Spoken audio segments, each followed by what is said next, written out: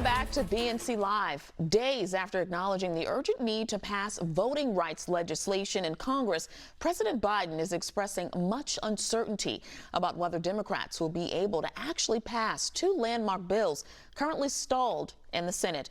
Congressional leaders are now floating the idea of bipartisan talks to reform the Electoral Count Act. BNC's Rarione Maniece joins us live from the Capitol with more. Ariana? Tashani, what we saw here on Capitol Hill was aggressive movement on passing voting rights, but what we also saw this week, Democrats, they still very much face an uphill battle of passing the John Lewis Voting Rights Advancement Act as well as the Freedom to Vote Act, because Democrats, they cannot get on the same page how to overcome a Republican filibuster.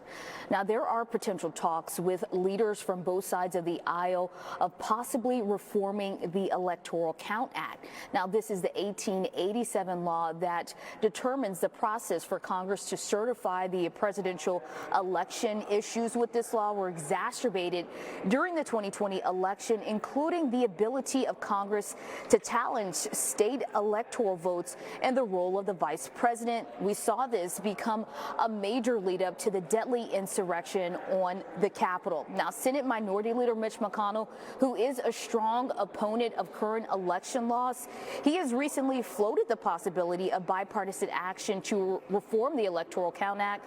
And last week, Republican Senator Susan Collins, she held a meeting with members from both parties, including the key filibuster holdout, Senator Manchin, and there are reports that updating the electoral process was mentioned. Meanwhile, activists who have been on the front lines of pushing for Congress to pass voting rights, they say that this only scratches the surface of a larger issue. Now, we spoke to Shayna Gallagher, who is on day 2 of her second hunger strike for voting rights. She tells me that Congress, they must go all the way. Take a listen. The Electoral Count Act definitely needs to be fixed. And that is an important effort, and it should happen. But it is by no means enough. It is not at all a replacement for passing the Freedom to Vote John Lewis Act. And you may know, your listeners may know, that we secured a meeting with Senator Kyrsten Sinema on day 4 of our last hunger strike. We had a follow-up meeting with her office last week. We told her the exact same thing.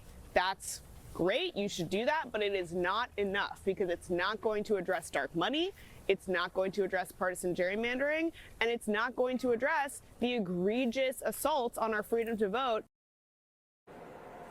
Now, at this point, movement to reform the Electoral Count Act is not a sure thing, like anything here in Washington.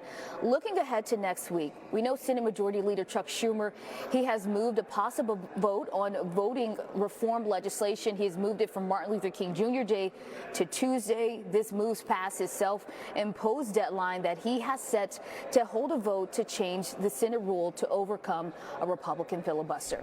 Back to you, Tashani. Ariana, a lot to watch in Washington. Thank you for that report.